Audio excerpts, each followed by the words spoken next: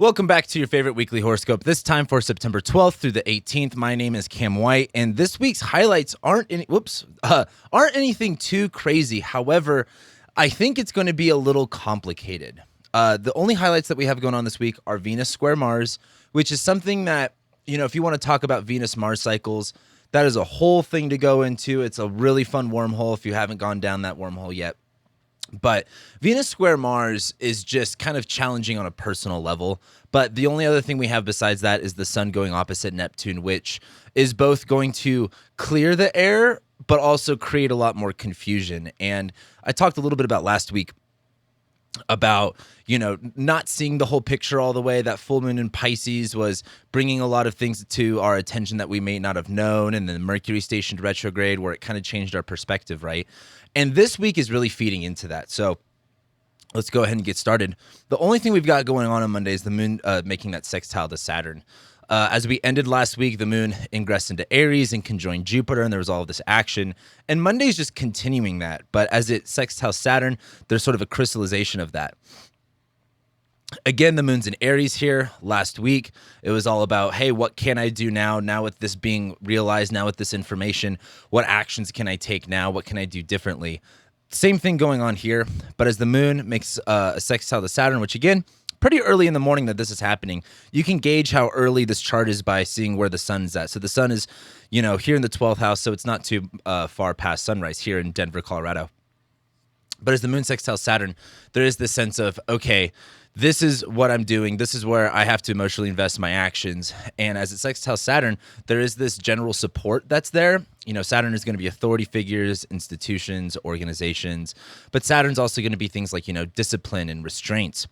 And it's in Aquarius, right? We've talked about the societal divide, I don't like to say the intellectual divide because that makes people sound like it's like dumb versus smart. But it's like a lot of people are divided in their ideas. And you could see that on a macrocosmic perspective, but I also want you to think about it in a personal perspective. Like last week when the moon conjoined Saturn, it's kind of like hitting a mental wall. This is where it's not a breakthrough to the mental wall, but this might be an opportunity to see that wall differently, right? Saturn and Aquarius, fixated in our mindset, fixated in our in the communities that we're identifying with. And this moon in Aries, those people or those institutions or authorities can provide a sense of, either security or support. And maybe it's not necessarily support, but Saturn approves of this moon in Aries transit, if that makes sense, right? So in terms of, getting the job done, high performance, I think this is all good here. So Monday's not that really big of a day. It's just kind of wrapping up the weekend. And I think this is kind of solidifying everything that the moon did on Sunday. So then as we move into Tuesday, the only thing that we really got going on is the moon ingressing into Taurus, making a trine to Venus. I really like this. Something to really think about is that the North Node isn't necessarily near Uranus. They're separating by at this point. So the Uranus, North Node, all-consuming hunger towards the Taurus stuff in your chart is a little bit more calmed down. And really, as the moon goes into Taurus, this is like solidifying things. This is feeling abundant, feeling comfortable, feeling secure, right? I talked a little bit about how it's the sun in Virgo, right? This is time typically since the agricultural revolution, that we would be, harvesting hay, counting up our bales of wheat, and, distributing them out. And I think this is the point in which we kind of understand what we have and what we don't have, but more so in the sense of what we do have. The moon going into Taurus is going to feel replenishing. I've talked about this before, but the moon is exalted in Taurus, right? And there's this sense of the moon moving really, really fast, kind of going too fast for the zodiac. But once it gets into Taurus, there's this sense where the moon can really kind of absorb all of the nutrients and really take in everything that, it represents. So the moon going into Taurus is kind of like, almost like after a big meal and you sit down, you let your body kind of absorb that, taking in the energy. But the moon's going to be trining Venus, right? Once it ingresses into Taurus, it's going to be applying to its ruler all day long. And so with Venus and Virgo now, nothing's going to be perfect, right? Especially when it comes to, beauty, relationships, fun. Venus and Virgo might overthink it. Venus and Virgo might be too hyper-specific. I think the way to hack Venus and Virgo is like doing things that aren't perfect for the sake of it. Again, I've talked about this before, but Venus and Virgo just reminds me of thrifting, like finding used and old clothes that can be, brought back into the current times to, make it trendy, make it look good. And so as the moon goes into Taurus and trines Venus, there is going to be the sense of taking it all in and feeling secure. But with Venus and Virgo, it's just being secure with what you have, right? Venus, I want you to pay attention to this, is now about 10 degrees away from the sun. So Venus is what we call combust right now, which means Venus is on fire, essentially. What that can represent is the topics of Venus in your life can feel like a pan right out of the oven. It's a little bit too hot to touch. And while you might want to go in for that food, it's not ready yet. You have to let it sit for a second.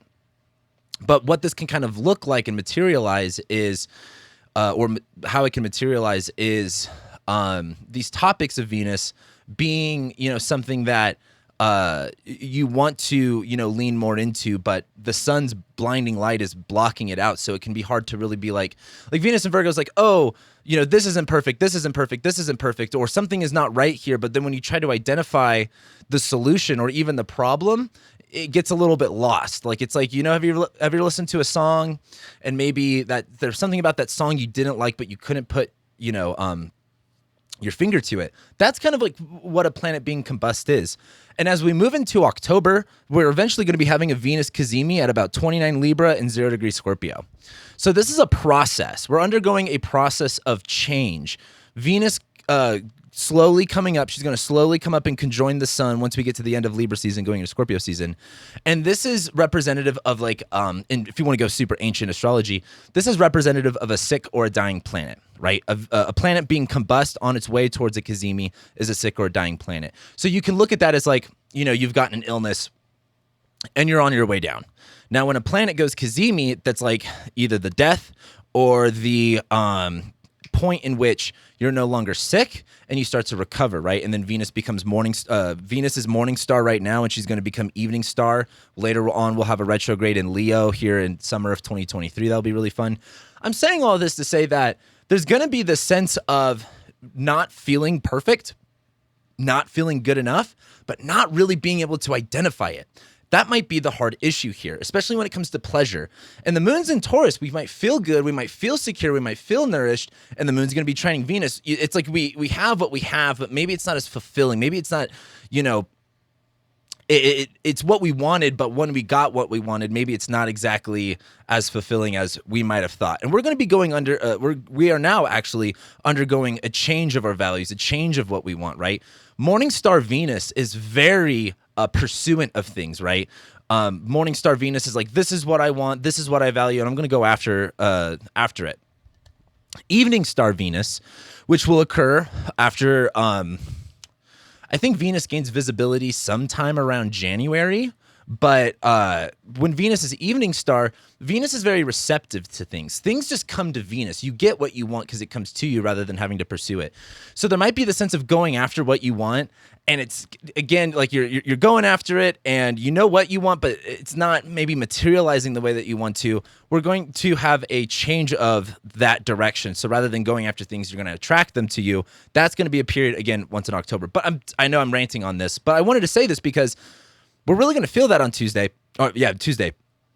Because as the moon's in Taurus and we feel nurtured, we're counting our crops, we have everything that we want. There's going to be the sense of lack, or maybe lack's not the best word, but the sense of it's not good enough or not what we wanted. And so something I was thinking about for last week with Venus and Virgo is it reminds me of like picking your face. Like if you ever struggle with acne, I'm still bad at this. I still pick at my face sometimes, and I always have a person who is representative of the Virgo archetype in my head of like, don't pick your face. And that's like the Venus and Virgo. It's like, oh, this isn't good, so let me take care of it. And then before you know it, your face is all red and you're all fucked up from scars.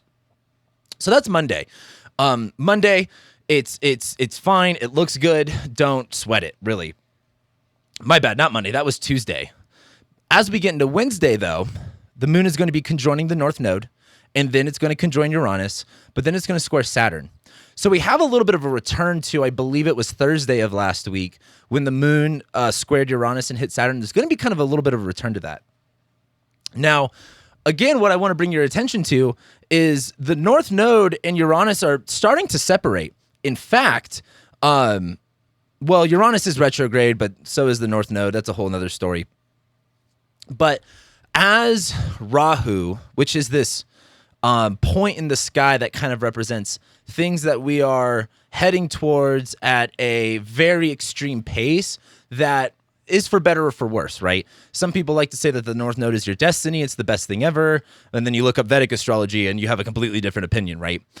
But I think at the end of the day, the North Node is this, I feel like this inner calling of where we should be going in this moment. Where is our compass pointing to north at any given moment? And for a while, all of August, the North Node was on Uranus. There was this sense of independence, the sense of breaking away from things, the sense of innovation. Now, Uranus is disruptions, though, and especially in the sign of Taurus, where we're talking about value and security, we really don't want a lot of disruptions or randomness going on there. So it could have felt like you were going in this area of stability and security, Taurus, right? But as it hit Uranus, there's a bunch of things that got upended. There's a bunch of things that became disruptive that maybe you weren't planning for, the Mars-Uranus North Node, right? But now as that's kind of separating, it's going to be easier to detach the hunger for again, security, stability, feeling good, all the Taurus stuff, and the innovation around it, right? Like North Node Uranus is so like, it's got to be this way, and let's just fucking go for it. And I think as time goes on, we're going to feel a less sense of having to do things very chaotically and randomly, and more so finding a way that's going to be more stabilizing, right? That doesn't mean we're not going to have, our unstable moments. That's that Uranus energy there, but it's not going to feel as extreme. And so I bring this up for Wednesday because the moon hits that North Node. There is the sense of like, this is what I want. This is what is making me feel good. This is what's making me feel secure and what's making me feel grounded, right? And there's going to be that hunger for that. But then the moon will hit Uranus, and this is going to be a little bit later on the day on Wednesday. And as it hits Uranus, there will be a disruption. There will be some type of, a thing that occurs that, whether it's you doing something different for the first time or something for the first time getting thrown at you, that's going to throw a wrench in your plans. I've been saying that a lot for Uranus lately. And as the moon hits Uranus, it'll immediately square Saturn. There's going to be another moment where we have to figure out the mental wall, the mental challenge. We have to overcome that in order to get what we want. Now, something I want to bring up for a minute, just on a geopolitical level, but in a way that's going to be affecting everyone, is the past 2 years, we've had a lot of supply chain disruptions, right? Mostly supply side. This has been a big thing as Saturn, the planet of supplies and logistics and shipping routes, is squaring the planet of Uranus, the planet of disruptions in the sign of Taurus, of the sign of goods. So the how the economy is going to work over the next few months is, this is like they're 1 degree away right now. The Saturn-Uranus square, I think, perfects in October, and we'll be talking about that. But there is going to feel like the sense of things are out of your control. Especially with Saturn and Aquarius, if you're a business owner out there and maybe you have products made in China and, their lockdowns could have thrown over your whole business, which changes the way that you work in your life. And, if you can feed your kids or whatever your situation is. So I want to bring this to your attention in the sense that there might be things that are out of your control that might be throwing a wrench in your plans. And I think as the moon hits Uranus, that's when that disruption will happen. And it's going to feel like you hit a wall again. What I liked about Saturn, this is an astrologer good, maybe not a good thing in general, but like astrologer good. It's like with Saturn and Aquarius, a lot of people had to get really creative as to how to pay their bills, or how to go about and maneuver their business or their lives with this set of challenges that they were given, whether that was, you were afraid of, getting sick from COVID, or the mandates kept you from, living a normal free life. And so there's going to be this opportunity again. I could sit here and say this is going to be a challenge and it's going to suck, but I would rather frame it as an opportunity to, now that we've understood that things are going to be disruptive for a while, things are going to be a little chaotic, that this is an opportunity to find a solution outside of yourself or find a solution to get over this mental wall. Because I think at the end of the day, it's all mentality here. If you really want to get it done and you really want to have it, you can. It's just about whether or not you are willing to be creative enough to find a solution, or if you are going to be weak and let a certain obstacle stop you. And so Wednesday is going to be that day where that really comes into question of, are you going to let things stop you, random events stop you, or are you going to keep continuing forward in whatever your mission is right now? So as we get to Thursday, realistically, the moon is going to be void most of the day. If you're not familiar with what a void moon is, it's really common. Like one of my favorite apps, which I have a video about the best astrology apps you should check out, by the way, is Time Passages. And Time Passages is like one of the rare apps that actually kind of explain a moon void, of course. But what that essentially means is the moon's not going to be making any aspects to any planets, and it's kind of just drifting off. Now, some people would argue with me and say that, well, the moon's going to be trining Pluto, so does that count? And we could sit here and argue all day long about whether or not a trine to Pluto counts as void or not. But I bring this up because while the moon is at those last degrees of Taurus on Thursday, if you think the moon is not void by the time the moon goes into Gemini, you're going to go, oh, the moon was totally void because nothing was happening, versus when the moon goes into Gemini, it's going to be like bam, bam, bam. So again, the moon's just hanging out at the end degrees of Taurus. Yes, it's pretty much trining Pluto, but it's not the biggest deal in the world. And I want to bring up this void part because the moon hits Saturn, right? It hits that square to Saturn, and then it's just kind of drifting away. And we're getting, when the moon's in this part of the zodiac, the end degrees of Taurus, it's getting towards that fixed star Algol. Algol's a really nasty star. And so I feel like there can be this real resentment or resistance to things that builds up on Thursday. So I think it's going to be really important to check yourself. Like, are you sitting in resentment? Are you sitting in revenge mode? And also, are you sitting in stubborn mode? This part of the zodiac, Taurus is a very stubborn sign. And I think when things don't go your way, especially Saturn and Aquarius, right, you have a whole group of society disagreeing with you. I think it's really easy to sit in a sense of stubbornness and immovability for the sake of revenge or resentment. And while that might be appropriate for, certain situations, I would ask if that is healthy for you.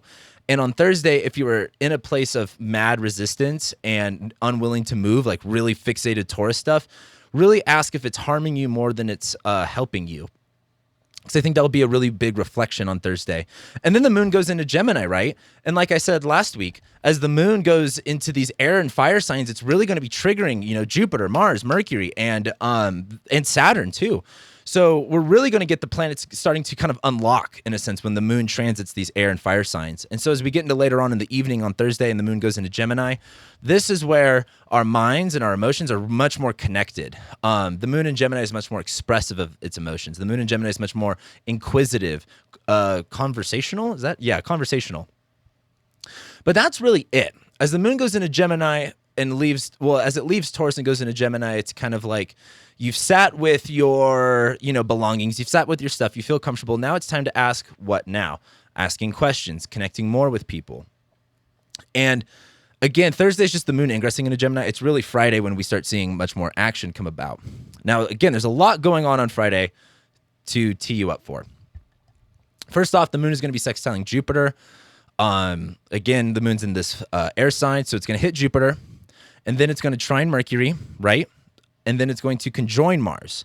So I like that the moon in these transits, it's hitting Mercury and Jupiter first. So there's this kind of conversation first, and then it hits Mars, where it's like much more aggressive.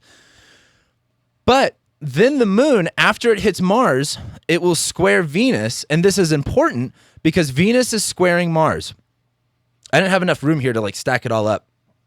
But I want you to look at this, these glyphs right here and just kind of separate them for themselves, because Venus is also squaring Mars on Friday.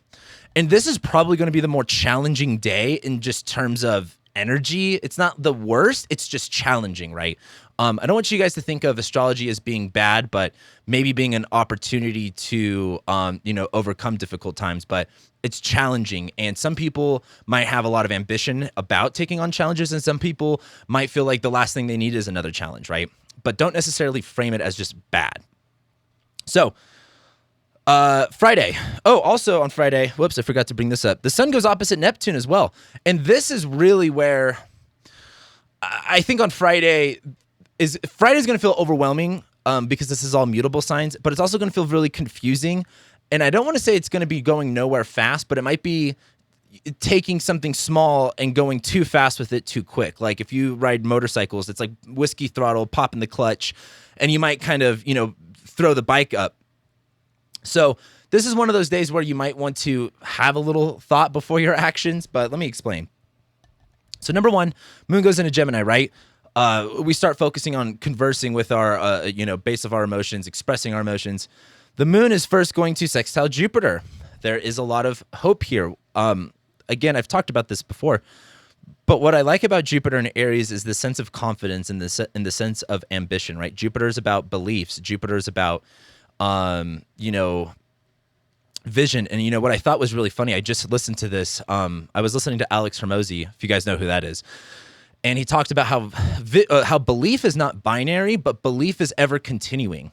And I think about that with Sagittarius, right? Sagittarius isn't point A to point B, but it is that aiming. It is that aiming beyond, what you can see. And that's a big point of, shooting too. If you've ever shot skeet or if you shoot, crossbow, you have to aim in front of the target in order to hit the target, right? You don't, if you're shooting skeet, which is like clay pigeons, when they go pull and it goes flying, you have to aim before that little orange puck is. Because if you aim at it, you're going to miss it. You have to aim a little bit above it so you can hit that target. And so I was thinking about this with Jupiter, right? Belief is not a binary thing. It's not this, it's this or that. It is this, how much do you believe, right? How much faith do you have? How much hope do you have? It's not it's either you do have hope or you don't, but how much, because same thing with astrology. It's not, do you believe astrology or not? It's how much do you believe in astrology? Do you believe in it all the way? Or do you believe in it beyond what it is? Or do you have, no belief in it? Or do you have maybe a working idea that maybe the planets can affect us? And so in that, I'm thinking of Jupiter in Aries as, belief of self. And a lot of Jupiter in Aries is like, what did we learn when Jupiter went to Aries before it went retrograde? It was like we started this thing, we initiated this really, really big project. As Jupiter's been retrograde, we're like, oh shit, we might have bit off a little bit more that we can chew. But that's good because now we're in the learning stage. Now we're in the wisdom stage of Jupiter. This is what I love about Jupiter retrograde. Is Jupiter going direct is like, yeah, if you believe it, you can do it. But that cycle of Jupiter retrograde is like really taking on the wisdom and the knowledge to understand what it's going to take. So with the moon in Gemini sextiling Jupiter here, there is this kind of sense of when you express yourself, when you, have these conversations, there is going to be this inspiring feeling of again, Jupiter and Aries, I am able to do this. I believe in myself because of X, Y, and Z. And I think the moon in Gemini will really assist that, right? Like if you have to communicate something that might be more difficult, I think Jupiter and Aries would be really beneficial for having that confidence instilled in you. But then the moon will be trining Mercury. Mercury's retrograde now. So we're under this process of, again, our plans have changed. Mercury's been in Libra, so we've been conversing with individuals and talking with people, but there was something about these conversations or these talks that are, kind of reversing in a sense, that are kind of going backwards. And so this moon in Gemini trining Mercury is kind of like really having those conversations of like, all right, for example, let's say you had a planned trip, a trip planned to a different country, and let's say it gets delayed. This moon in Gemini transit would be like, okay, well, what are my new flights? What's the new hotel? X, Y, and Z. Kind of, again, taking in the information, getting more information in. But then as the moon, after it trines Mercury, it will be conjoining Mars for the rest of the day. And this is what I don't like, because Mars, I have a natal Mars in Gemini. But again, Mars is action, drive, fights, conflicts, and it's in Gemini, right? We're having this, information wars essentially is what's going on right now. You're having this, argumentative vibe, right? Like Mars and Gemini wants to debate. Mars and Gemini, and I said this in my 2022 horoscope when I recorded it back in, I think, in August of 2021. It's like this whole period we're just going to be arguing about everything that we've been through in the past 2 years. And the thing is, the moon conjoins Mars after it leaves that trine with Mercury. There's the sense of being like, someone might tell you politely to fuck off, but then you go home and you're like, I should have said this. I should have said that. I should have went this way about it. And there's going to be this real frustrating feeling when the moon conjoins Mars. And this is important because Mars is also squaring Venus, or I actually should say Venus is squaring Mars. And this is an important distinction. Something to think about is Mercury and Venus are in mutual reception, which basically means they're in each other's sign. So the planet of value and, beauty and fun is in the sign of calculation and order. And the planet of communication and calculation is in the sign of relationships, beauty. So there's this, is the word symbiosis what I'm looking for here with the two planets. And Venus, though, is not getting exactly what she wants, right? Venus and Virgo is like, I desire this, I want this, but the end result is not up to my expectations. And as it squares Mars in Gemini, this reminds me of the Notebook where he's like, what do you want? What do you want? Tell me what you want. That's a lot of Friday, right? But there's also this sense of Venus is about our values, right? Mars could even be described as desires, but sometimes I like to give that to Venus. But Mars is our actions and what we're doing, and Venus and Virgo is, what we value and what we want. And they're in conflict right here. They're squaring each other, right? What we want isn't in alignment with our actions. And I think the real challenge here is asking ourselves, like, what do we actually want? Like, this is something that you do, whether it's in business, whether it's in personal development, but it's like, some people think that they want like, $1 million or something like that. But in actuality, what they want is, better relationships. And money they see as the tool to get them there. But if you just reframe what you want, it's going to be easier to understand what steps are necessary to get there, right? Like, for example, you might say if you have a business, I want to make an X amount of money in this amount of year. And when you frame it that way, that might you're like, okay, well, where's this money going to come from? Is it going to come from product sales? Is it going to come from the service? Is it going to come from this or that? But if you frame it as, I want to, help as many people as possible, or that would include making you more money, right? So that would include getting your product out there more, getting your service out there more. And this is just a very simple example. Don't, take it with a grain of salt. But this is what I'm trying to get to. I think with all of this mutable energy, I think it's best to ask the best questions, ask better questions to really get the answers or the answers that you want. But there's something about Friday that is misaligned. And as the moon conjoins Mars, I feel like there's going to be this frustrating factor to it. And then the moon will square Venus right after that. And as the moon squares Venus, I think this is where it's kind of understanding like, oh, maybe I'm being too hyper, specific, or maybe I'm being too picky, or maybe, it's Venus and Virgo. Maybe I'm just not happy with the result here. And now the other thing on Friday, there's a lot going on Friday, is, where is it at? Yeah, the sun's going to be opposite Neptune. So on one end of this, I think there's going to be, well, I'll just say this. Mars is going to be in Gemini squaring Neptune. Mars and Gemini is going to be arguing about data. It's squaring Neptune, it's squaring the media. We're going to be learning a lot about what has really been going on for the past 2 years. And that might just start when the sun goes opposite Neptune, where the sun is like peering into the veil. But as the sun goes opposite Neptune, I think this is really realizing where you have had a distorted view on things. The sun is in Virgo, right? We're accounting for we're putting all of our ducks in a row. And as it goes opposite Neptune, this might be a clicking moment where you kind of realize, oh, this is maybe where I saw things distorted. Maybe this is where I was projecting, my insecurities or my beliefs onto a certain situation. And so a lot of Friday is, it's this moon in Gemini. There's all this information going on, swirling around. There's all this positive energy, but then it kind of ends on a frustrating note because, again, I think there's going to be this realization that your desires are not aligned with your actions. And also with the sun opposite Neptune, it might be confusing to pinpoint that problem. It's like, that there's a problem, but maybe finding it is harder than normal. So Friday looks really interesting for that reason.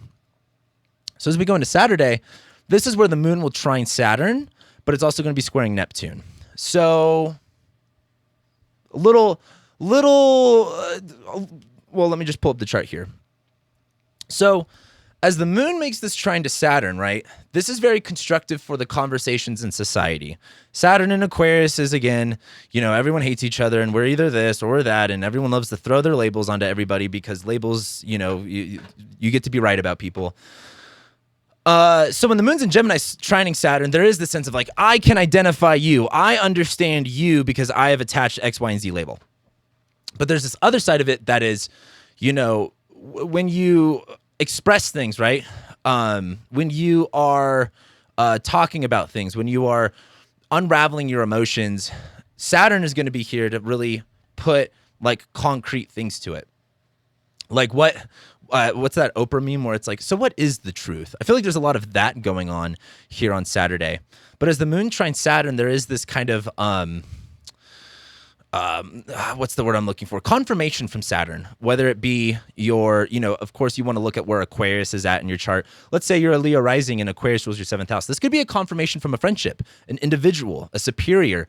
And that, if you're a Leo rising, that means Gemini rules your 11th house. You're doing all these conversations and hanging out with friends. Maybe you're a day chart and you are having a bunch of drama with friends. The moon trining Saturn is confirmation from some type of an authority figure, especially in an individual relationship, of what is the right move here. The moon is about our emotions, right? And it's connecting to the planet of darkness here. So there might feel like there might be a little bit of a sense of apathy, but I really feel like as the moon trines Saturn, this is communicating with an authority. Now, there might be some truths there that are a little bit harsh. And I think what's going to be difficult is the moon will trine Saturn, where it's a little dose of reality, a little dose of truth that is friendly, right? It's not combative. But then the moon will square Neptune after that. And so, have you ever like gotten a truth bomb and you just spent the whole rest of the day being like, what was I thinking before that? Like, it completely changes your perspective. And while this is just a simple moon transit, again, this isn't like the biggest deal in the world. I think on Saturday, as the moon squares Neptune, there is going to be this sense of questioning things, having better questions, being more inquisitive, being more curious about things, especially too after you have this conversation. The moon will trine Saturn, where again, this is like an authority figure telling you something, and it squares Neptune, where that might make you feel less clear. And I think something to think about too is, with the Saturn and Aquarius stuff, just because an authority told you something doesn't mean you have to give it all this energy. For example, you might go to someone and say, hey, I have this idea and I really like it. And they might be like, that's really stupid and dumb. You shouldn't do that. And then you might be, spiraling and being like, oh my God, well, what am I supposed to do with my life? Don't listen to people. I mean, I'm a Leo. I'm going to tell you to listen to yourself. But there is going to be the sense of like, if you're getting a negative message, I think you should be more open-minded whether it's positive or negative. But like, if it's making you feel bad, like, and if you were like, a saying I like is regret is your guideline. And I would ask yourself, would you regret taking the action, and maybe looking dumb, or would you regret not taking the action to appease someone else? And I think that's going to be an important part to Saturday. And I think as the sun goes opposite Neptune, that's something that really happens on Friday, but it's still kind of continuing a little bit into Saturday, where there's a lot that is dissolving. There's a lot that's really becoming clear. And when things become clear, you realize how cloudy they were. And so this might have you look at your situation from a different perspective. But then we go into Sunday, and the moon is going to ingress into Cancer. It will then square Mercury and square Jupiter. And then we also have Mercury opposite Jupiter. In fact, I should have put that as a highlight. This should be a highlight this week. But anyway, so here's the thing. Oh, whoops. Is it this one? There we go. So the moon goes into Cancer. Love that. I think a waning moon in Cancer, the sun's in Virgo. It's like, we want to be orderly and be specific. And the moon in Cancer is like, hey, what do I need right now? What's going to make me feel safe? What's going to make me feel secure? What's going to make me feel comfortable? What's going to make me feel nourished? What's going to make me feel protected? But the problem is the moon's going to go into Cancer, and it's going to square Mercury and go and square Jupiter, where this is much more of like, Mercury in Libra opposite Jupiter in Aries is a little bit rough, right? Jupiter in Aries is like, you got to fight for everything. And Mercury in Libra is like, well, you need to kind of debate about things. But Mercury's retrograde, where, if you're not assertive of what you want, you're not ever going to get it. Like if you're at a, job interview, if you don't, tell them what you expect to be paid, and you just let them say a number, they're going to underpay you. So you have to be willing to fight for that. But I think this moon in Cancer transit is an opportunity to really go like, what are my needs? Sure, maybe I'm not going to get what I want out of this situation, but what is the minimum that I need here? This is a waning moon. This is a quarter moon phase, and we're starting to go towards this new moon, right? This new moon in Libra that we'll be getting. And so this is kind of like, hey, the energy's decreasing here. I just want to get what I want. If we go back to the litigation example that I've been using for the past couple of weeks, this is just like, look, I'm tired. We've been here all day. What can we do about this? And this is important because this is when Mercury goes opposite Jupiter. And so as Mercury's retrograde opposite Jupiter, there is this kind of sense of like, hey, try to make it a win-win situation as much as possible. But with Mercury being retrograde, we're rethinking our relationships. We're rethinking the balance and the order of things. And as it goes opposite Jupiter and Aries, there's going to be the sense of, am I giving too much energy here or am I giving too much energy there? And so I think on Sunday is a really big day to just really ask, what are your needs in this situation? And when you can kind of reflect more on what your needs are, it's going to be easier to, have this kind of specific energy to channel, right? Jupiter and Aries. If you don't realize what your needs are, you're going to be wasting your time getting, on things that you think that you want, and rather than focusing on the things that you need. And so Sunday is a really big day of just kind of being honest, maybe more so with yourself than with other people. Not to say you shouldn't be honest with other people, but I think this is going to be kind of a moment where you really look inside and go, oh, okay, this is what the truth is. And that brings us to next week. As we get to next week, much more happens next week. We have a lot going on next week. Venus is going to trine Uranus. I love that for, again, the creative side of things, the innovative side of things. The sun's going to go into Libra. Fall begins. All of the leaves are going to change, but the sense of our own individual will start to weaken. We got a Mercury Cazimi where the solution gets figured out, right? We go, okay, this is what the problem is. This is what the solution is. Let's move forward. And then Mercury will go back into Virgo where it's all about drawing up the paperwork. It's like, we've reached a settlement. Let's go draw it up real quick and get the contract signed. And then we have the new moon in Libra. This will be resetting the relationships. This will be resetting the balance and the order of things after this Mercury retrograde phase. And Mercury won't be stationing direct next week, but I think you guys get what I'm saying. So my final thoughts with this week are, it's not the biggest week, really. I think with Venus squaring Mars, though, and the sun opposite Neptune is maybe getting out of your own way. Gemini, Pisces, Virgo, those are all the mutable signs. They overthink things a lot. And so and they try to do mental gymnastics, right? And so I think it's just really important to maybe realize and take some self-evaluation of where are you getting in your own way, or where are your values in misalignment with your direction, with your actions, and how can you steer a little bit more concentrated or more closer to your goal. And so that's what I've got for you guys this week. Please like this video if you like it. It really does help me out. It supports this channel. Please leave me a comment. Let me know what you're going through. Let me know what you expect for this Venus-Mars square. The comments also really support this channel. Consider becoming a patron over on my Patreon. I got monthly live monthly overviews. I have Ask Me Anything episodes. I do rising sign horoscopes, Discord, ad-free content, all types of stuff over there, and it really supports my channel too. And so with that being said, I love and appreciate every single one of you guys, and I'll be seeing you next week.